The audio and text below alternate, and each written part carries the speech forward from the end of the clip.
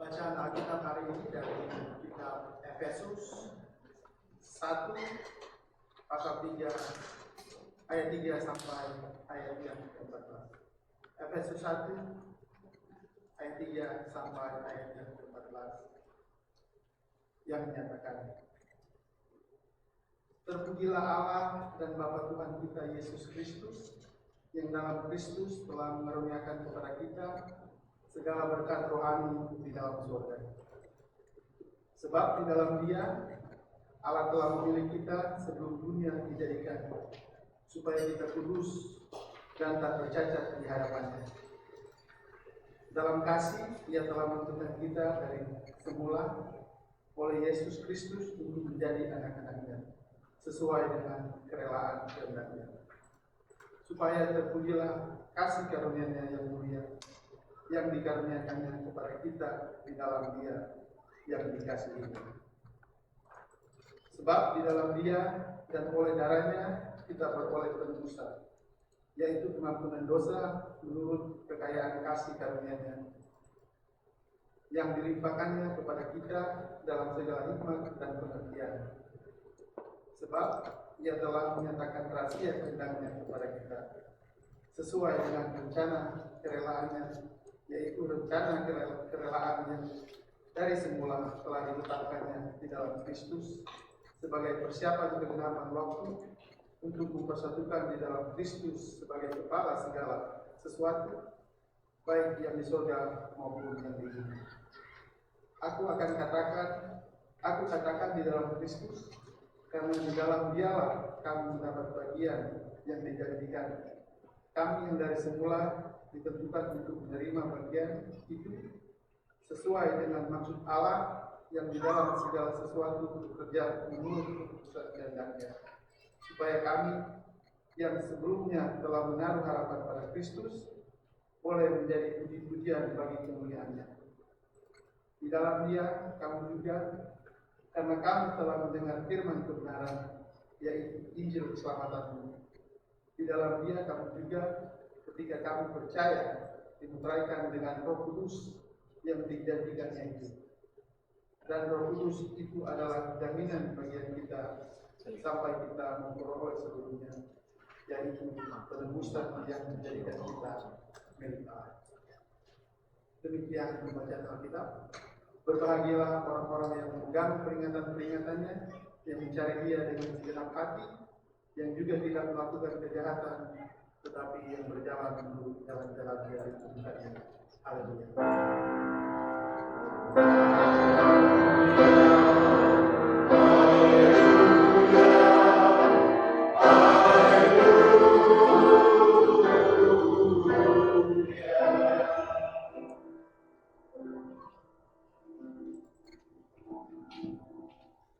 Bapak Ibu dan saudara-saudara yang dikasihi Tuhan, Shalom. Dari kemarin kita menerima berita yang sangat menghebohkan, ya, dari Pennsylvania, di mana salah satu calon presiden Amerika Serikat itu terkena tembakan. Saya nggak ngerti tentang politik di Amerika. Saya tidak mau bicara politik, tetapi yang saya boleh dikatakan begini, Bapak Ibu. Para calon presiden ini, mereka memberikan pidato untuk meyakinkan banyak orang supaya pilih saya. Kan gitu, ya, itu politik. Dimanapun Indonesia udah lewat. Amerika nanti bulan November, gitu ya. Jadi dalam perjalanannya, siapapun calonnya, mereka akan menyampaikan orasinya, menyampaikan programnya, menyampaikan apa yang akan mereka lakukan, supaya ujungnya adalah pilih saya, supaya jadi orang terpilih. Mereka berupaya supaya dipilih. Nah, Bapak Ibu, hari ini kita mau belajar sesuatu tentang orang pilihan. Apa yang disampaikan Rasul Paulus dalam suratnya kepada jemaat di Efesus ini merupakan sebuah konsep teologi yang sangat mendalam yang biasanya orang teologi bicara tentang predestinasi, kita ditentukan untuk sebuah tujuan yang mulia yang sudah Allah siapkan. Jadi dia berbicara tentang Allah menghadirkan kita di dunia ini dengan maksud supaya kita mengalami kasih karunia Allah yang berujung pada berkat rohani di surga. Nah, masalahnya begini Bapak Ibu. Pemahaman ini kan harusnya merubah cara pandang kita ketika kita menyikapi hidup kita masing-masing. Karena begini, ketika kita menjalani hidup, satu, banyak orang berpikir bahwa hidup ini adalah sebuah tugas yang berat. Ketika sebagai diakon, sebagai penatua, kita sebagai orang Kristen harus melayani. Ketika kita datang beribadah, wah sepertinya ada sebuah kewajiban harus memberikan persembahan. Belum lagi kita harus memberitakan Injil Tuhan melalui sikap hidup dan seterusnya. Dan yang kedua, seringkali kita dibayang-bayangi oleh kewajiban moral yang harus kita lakukan. Kalau tidak dilakukan, ada sanksinya. Itu yang biasa, dari kecil gitu ya. Kayak sebuah contoh lagu lah. Waktu saya kecil ada contoh lagu. Lagu ini suruh anak kecil tidur. Judulnya Nina. Nah, Bapak Ibu juga tahu kan? Ya. Nina Bobo, oh Nina Bobo. Nah, ini ancamannya. Kalau tidak bobo, padahal mau bobo juga nggak bisa. Iya. Tapi itu paling tidak dari kita kecil itu membentuk kita. Oh iya, berarti saya harus tidur. Kalau nggak bisa digigit nyamuk. Itu kan pemahaman yang sederhana. Tapi banyak orang berpikir seperti itu bahwa saya harus melakukan kewajiban moral. Kalau tidak saya akan kena sanksi. Saya harus hidup jujur, saya harus hidup bertanggung jawab, saya harus hidup setia. Jika tidak, sanksinya ini, itu, dan seterusnya. Akhirnya, Bapak Ibu ingat baik ini, akhirnya, ini masih banyak orang hidup seperti itu. Kita hidup dan bersikap baik dalam keadaan yang takut. Karena seperti ada yang mengawasi. Kalau kita berbuat salah, kena punishment, kena hukum. Nah, Paulus mau meluruskan ini. Bahwa Allah menghendaki kita lakukan itu bukan dengan ketakutan.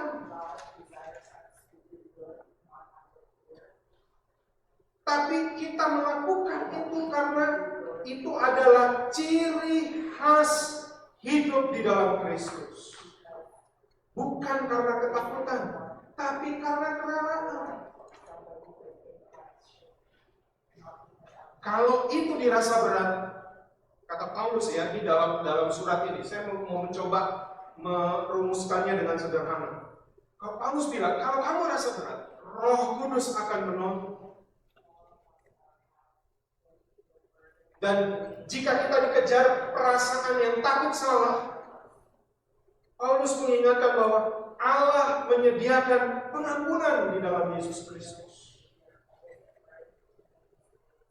Jadi Paulus berkata, jangan kamu melakukan kewajiban agamamu karena kamu ditakuti.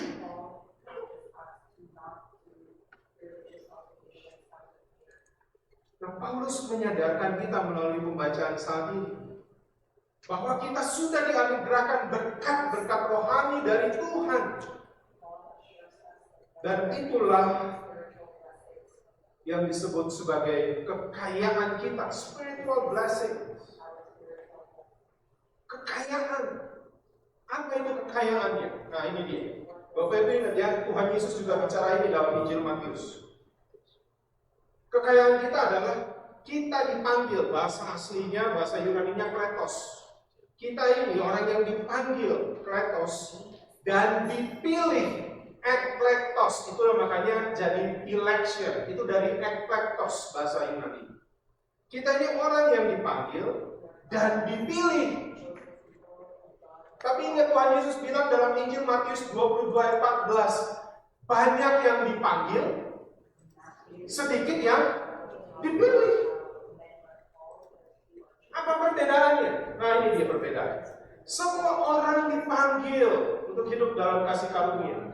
Tetapi yang dipilih adalah orang-orang yang meresponi panggilannya.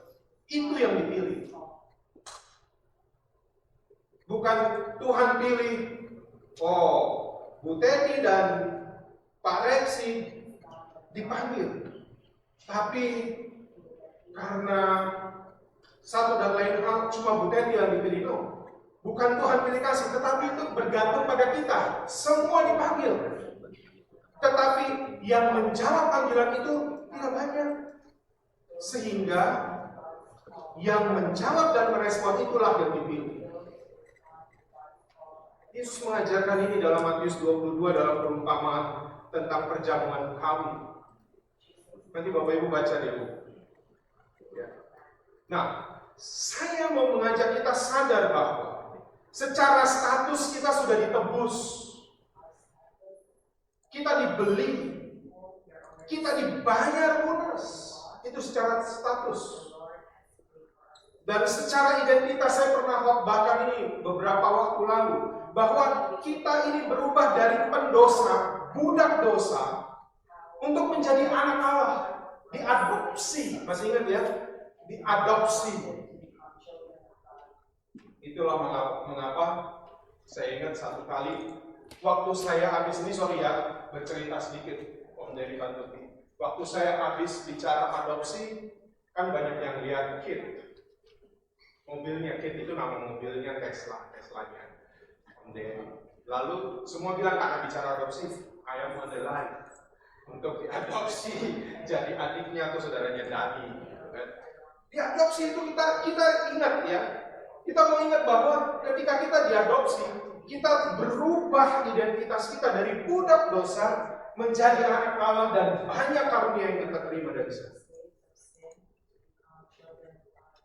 Dan kita juga diajar dalam bacaan ini untuk menyadari bahwa jika diri kita masih bisa berbuat dosa secara praktis, kita bisa yakin bahwa pelanggaran kita itu diampuni oleh Tuhan.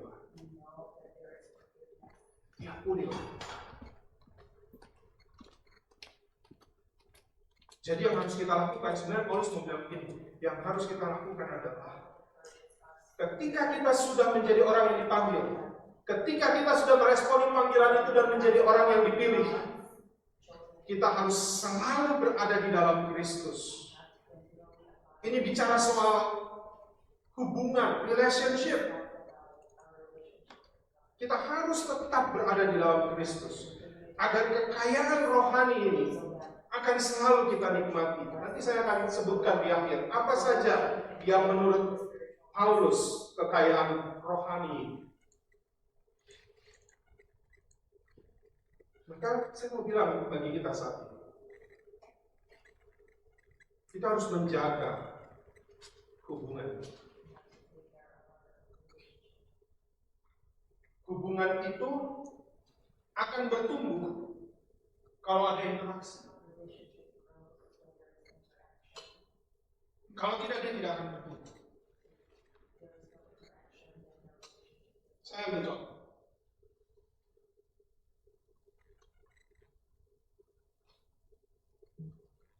Saya yakin bahwa saya bukan pacar pertama dari Priscilia Saulina Farideh, alias Uli.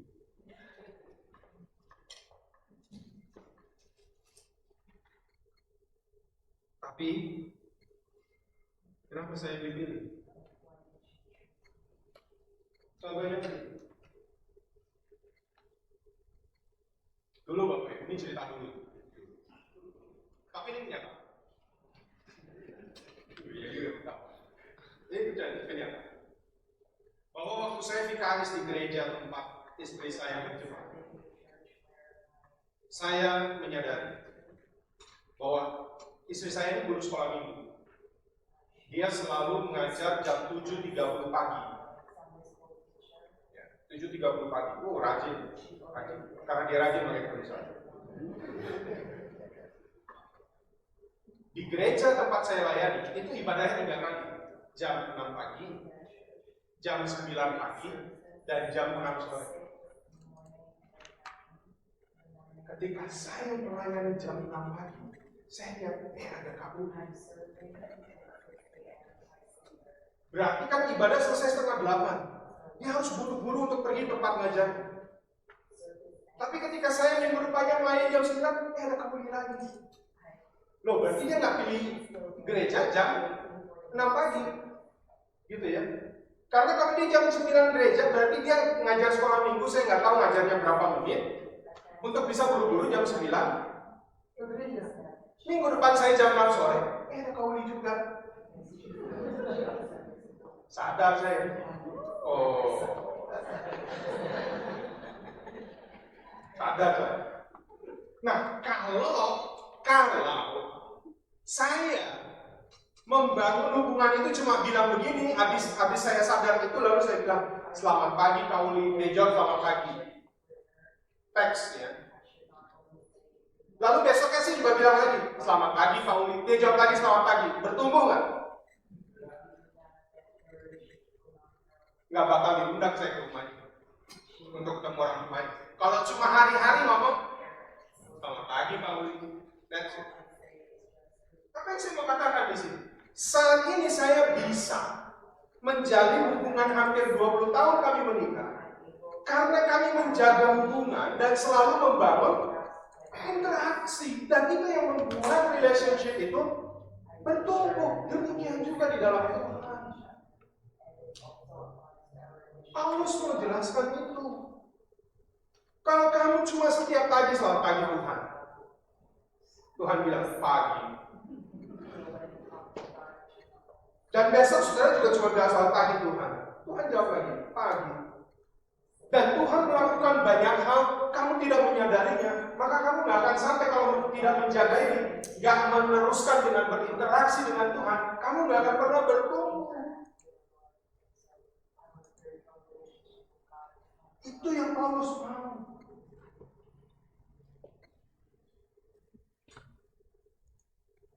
Bahwa Tuhan sudah menyatakan ini Efesus 1:3-14 luar biasa bagi saya. Ya, ini juga sebuah pengajaran yang luar biasa dari Rasul Paulus. Kenapa? Di dalamnya ada predestinasi untuk menyadarkan kita bahwa Allah sudah menetapkan kita. Kenapa? Makanya ada panggilan, ada pilihan. Artinya Allah menyediakan semuanya untuk kita menikmati kasih karunia ini. Tapi di sini juga Paulus menjelaskan tentang apa konsep tentang Trinitas. Kalau Bapak Ibu baca Tritunggal, itu ada di semua. Bahwa dari semula sudah ditetapkan. Lalu manusia yang berdosa itu ditebus untuk menjaga supaya manusia hidup benar, Roh Kudus diberikan. Ini ada di sini. Maka ini yang Paulus mau sadarkan kita.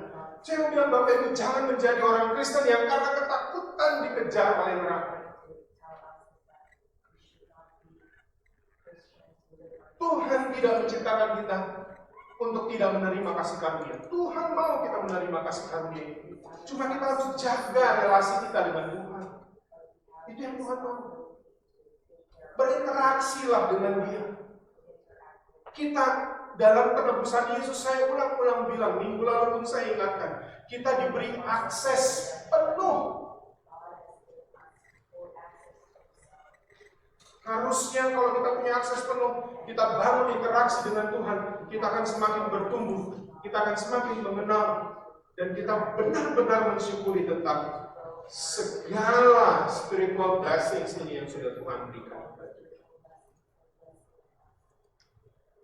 Maka saya mau mencoba untuk menyadarkan kita dengan mengambil sebuah filosofi, tolong gambarnya ditampilkan. Ada sebuah seni di Jepang yang namanya kintsugi. Ini apa dia bilang ya? Golden joinery, kintsugi. Apa itu kintsugi? Kintsugi itu adalah seni Jepang kuno yang memperbaiki keramik yang dirasa berharga dengan menggunakan lap gambar yang berikut. The next one, ya ini lapnya, lem. Ini terbuat dari emas, perak, titanium, platinum. Ya, ini yang dipakai untuk merekatkan keramik yang pecah. Dan filosofi di balik kintsugi adalah melihat kerusakan dan perbaikan sebagai bagian dari sejarah objek tersebut. Maka jadinya seperti ini gambar yang berikut. Nah, ini prosesnya. Dia pelan-pelan yang crack ini. Gambar yang berikut lagi jadinya seperti ini nanti. Ya. Itu dari pecahan dikumpulkan di lem. Dan Bapak Ibu tahu, sebelum ini pecah sampai sesudah dilakukan ini lebih mahal yang begini.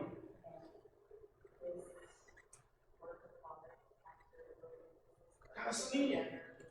Kenapa dia jadi mahal? Pasti yang dibuat ini adalah kualitas jenis keramik yang tua, yang langka, yang mahal. Lalu setelah pecah dia dikumpulkan dengan bahan yang digunakan yaitu emas asli dan perak. Dan saya mau sadarkan kita Bapak Ibu, Tuhan melihat kita itu seperti kepingan kehancuran keramik ini yang Tuhan anggap berharga. Dan Tuhan mengumpulkan kita, Dia pakai bahan yang digunakan untuk membentuk kita, menyucikan kita. Kalau ini pakainya emas, pakainya platinum. Kalau Tuhan pakainya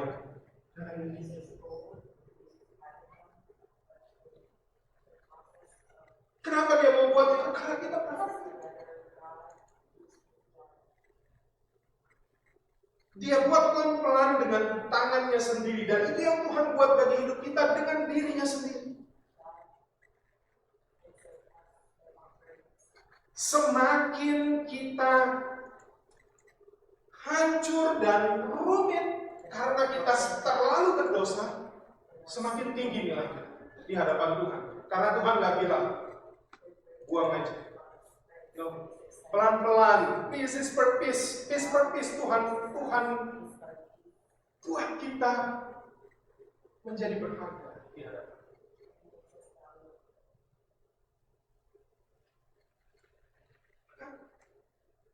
Kintsugi ini mau mengajarkan kita bahwa penerimaan terhadap ketidaksempurnaan. Dan itu yang dilakukan Tuhan bagi kita. Dia menerima kita dalam ketidaksempurnaan kita. Dan Dia buat kita sendiri dengan tangannya supaya kita berharga.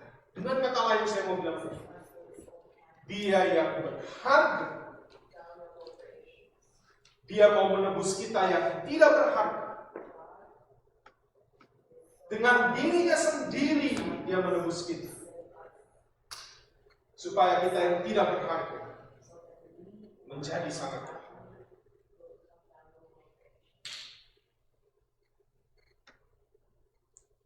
Maka saya mau ajak, sebelum saya kasih paling terakhir tentang apa itu spiritual blessings-nya nanti, saya mau ajak kita nyanyi dulu, kita boleh sedikit aja untuk menyadarkan kita sebenarnya.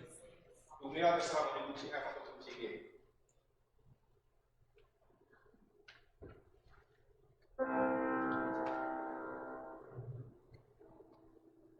There is power,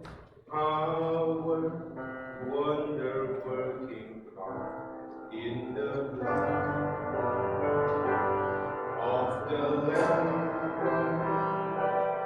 There is power, wonder-working in the precious blood of the Lamb. darahnya ini buat kita menjadi sangat penting. Maka hari ini ketika Rasul Paulus berbicara kepada jemaat di Efesus, kamu harus sadar kekayaan apa yang kamu terima, bukan soal materi. Ini sesuatu yang kamu tidak akan pernah bisa beli dengan materi ini. Dan Bapak Ibu lihat ini, kekayaan rohani slide lain kami.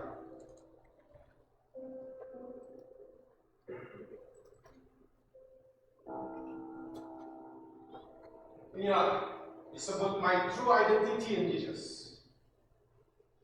I am blessed. Ini semua ada di dalam ayat Efesus 1 tadi. I am blessed with all spiritual blessings. Ini ada disebut dalam ayat ini. I am chosen by God. Ini disebut di dalam ayat ini.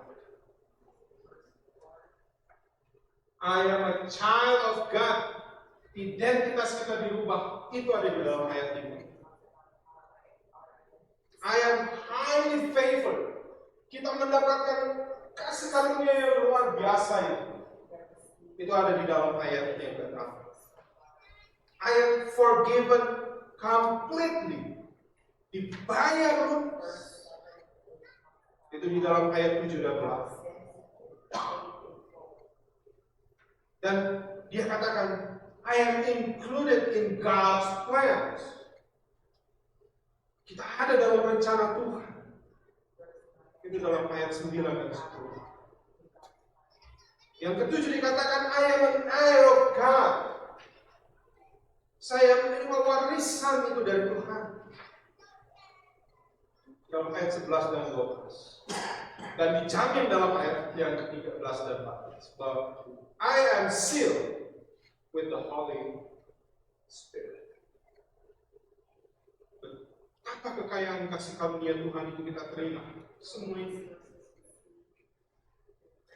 Oleh karena itu, pesan hari ini adalah Bapak Ibu, kita orang yang sudah dipanggil. Kalau kita merespon, kita sudah dipilih. Jaga relasi kita, hubungan kita dengan Tuhan. Berinteraksilah terus bersama dengan Tuhan. Sadari apa yang Tuhan sudah buat dalam hidup. Dan kita akan selalu menikmati. Kita hidup seperti Kristus, apa yang Kristus ajarkan. Bukan karena kita takut, tapi karena kita bersuka cita bahwa kita sudah menerima semua anugerah. Tuhan memberkati.